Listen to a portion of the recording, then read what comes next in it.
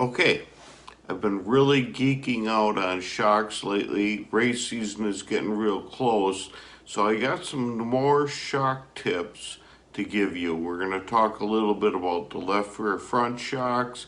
I got some oil recommendations and a bunch of other things. So let's roll the intro and let's talk about some shock stuff.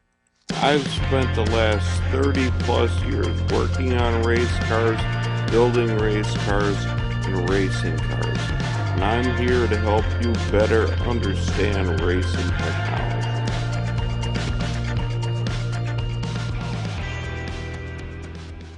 I guess the first thing I want to talk about shocks is dynoing now. A lot of people use rebuilders, and that's fine. But to get yourself your own dyno so you can check them week to week, you can check what the other builders put into it, and you can find problems. I've got a little story. We sent some shocks into a major rebuilder, and he rebuilt them, sent them back, and they ran them 5 or 6 races. We took them off the car, and I have access to the old dyno I used to use years ago. So we took them over there, put them on the dyno, and we found a problem with the left front shock, and there was a ton of air in it. Now, I don't, I guess, really blame the rebuilder. If you're behind 50, 60 shocks, you get them done. Sometimes some stuff slides through, but it's good to have some way of testing these things so you can hear things. As soon as we put that shock in there and we dynoed it, once we got up above, say, about 4 inches a second, you could hear the air in there. And we took all the gas out, and then I pulled the Schrader valve just to see if it was leaking past the bladder in there or the floating piston O-ring, and there was no leak there. Everything was sealed up good, but yet it still had a ton of air in it. So I took it apart, checked it, and sure enough, as soon as I cracked the seal on it, the fluid was way down, and it just wasn't right. I don't do stuff like that. I really take the time to bleed them out. So basically, buying a shock dyno is not that big a deal anymore. We're paying, 30, 40, $50,000 for motors. We're buying, $30 to $40,000 cars, rolling frames. I mean, the cost has gotten out of control.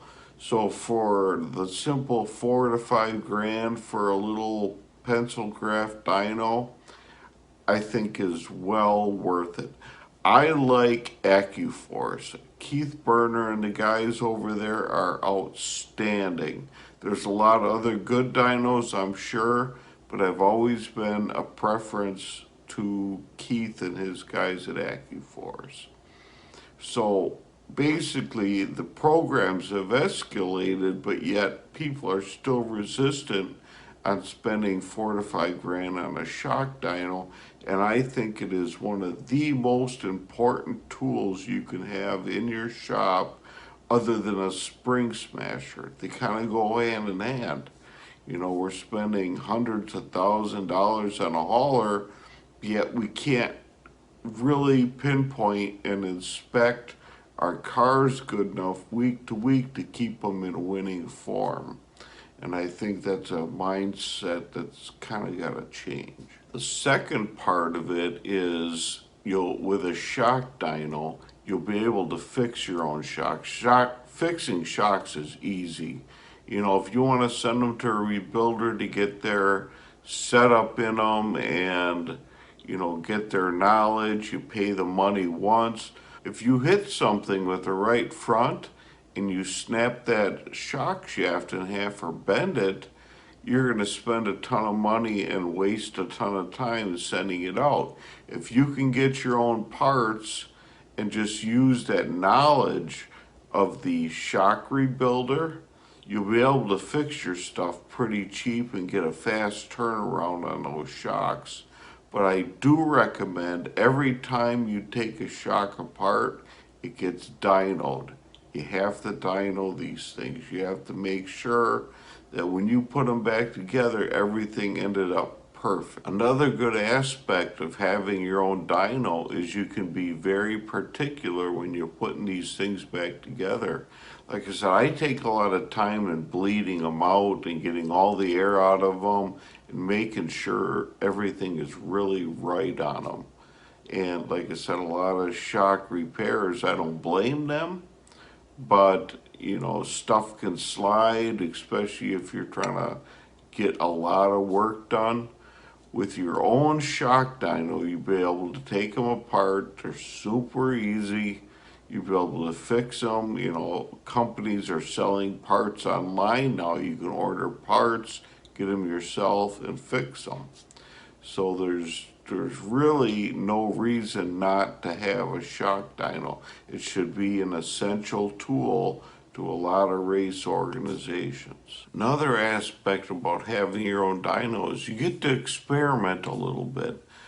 Racing has gotten so close that if you're running the same thing everybody else is and you're following their recommendations and you're doing things like exactly everybody else, you won't have the advantage equipment wise. Maybe you can drive a little better, maybe you guess on setup a little better that day. But big equipment wise, you won't have an advantage following what everybody else is doing. So being able to understand shocks a little better, getting your own dyno, and maybe starting to experiment. Maybe you need a little bit more here. Maybe you need a little more there. And you can order parts and you can start playing with it a little bit and getting yourself a mechanical advantage as well as just a setup or a day-to-day advantage. Another thing about dynoing and making sure your stuff is very precise, I alluded to it earlier a little bit about getting all the air out, is if I were really digging into this with a certain car now and rebuilding a lot of shocks, I'd almost make myself my own vacuum canister to get all that air out. All you need is like to build a vacuum container where you'd slide the shock in, and you can use like a little handheld brake fluid bleeder mini vac deal, and you just hook it up, you suck some of the air out of it, and the shock will be that much better. See, fluid always has some air in it. Whether you can see the bubbles or not, there's embedded air around the molecules. So the more air you can pull out of that fluid in suspension, the better your shock is going to be. You can lower your gas pressures because the gas pressures in there is to only keep the air in suspension, keep it from cavitating. So the more air you can pull out, you can run your shock gas pressures lower and keep the shock in better working condition and less aeration and less failure due to cavitation. Lastly, I wanted to talk about shock oils, and there's a lot of shock oils out there. There's a lot of manufacturers now basically use like a 2.5, 3 weight Maxima stuff, or they will sell you their branded stuff, which a lot of it is just like rebranded Maxima. That is a good cheap shock oil you can get from a bunch of different places like snowmobile shops, motorcycle shops that rebuild shocks. They'll often sell you gallons of this stuff. Sometimes it's more reasonable than buying it from your shock manufacturer, so that is an option. It's called Maxima. I think it's between like a 2 to 3 weight, and then they might have like a 5 weight. Usually our shocks run between the 2 and 3 weight stuff. Another shock oil that I recommend for traction deals, it doesn't last as long, is stuff by Redline. It's called Like Water. And it's clear, and I used to use it always in my left rear fronts and even my left rear shocks. Those are very soft shocks and it'll last a lot longer. Plus, it will run through the valves a lot smoother because it's very thin, but yet it lubricates well. So I would check out something by Redline called Lake Water. It's a really good oil for the left rear stuff. My third recommendation is Joe Gibbs. Joe Gibbs makes a shock oil I used for years, like if I want to do a premium rebuild for the shocks that I work on the cars for, we always use Gibbs. It's a little more expensive, but it's an excellent shock oil. I would recommend that highly if you don't mind spending a little bit more for your shock oil. So let's go over the drawing board. I have some diagrams already made. I got a left rear valving recommendation for you, and it's pretty cool. I saw this on a manufacturer, so I can't take credit for thinking of this. I'm not going to say the manufacturer, but it is a really cool idea to a left rear front shock, and I'll explain how it works and I'll explain why I like it. Second diagram I'm going to show you is kind of my idea between the vacuum canister and how you can build that yourself. If you have access to a lathe or you know a machinist that would want to take a little time, that's exactly what I'd be building right now if I were playing around with shocks. Fixing them or doing whatever is a way to take all the aeration out of a shock before you finish assembling. So let's go over to the drawing board and we'll talk about some shock stuff. Okay, this is the basic idea behind that shock canister vacuum unit that I was talking about. It's basically if you got yourself a piece of aluminum, round stock aluminum, you could have a machinist carve it out. Basically all it is this is your vacuum port, and you'd probably a little like a push lock deal. Then you'd have your little vacuum pump like a Mighty Vac you'd hook up to it so you can pull vacuum into this canister. It has a port into the main unit. This is where your shock body will slide. Basically, these are two sealing O-rings. You can only do this on shocks that have like a lip at the bottom where you can seal it up. You don't want to do this put these O-rings too far up that it's not going to seal in the shock. You want to make sure that your distances and everything there. But basically, you bore the center out, and then here's your same point here and here, but you put a couple O-rings in there, and the inside diameter of the O-rings will match the outside diameter of your shock body.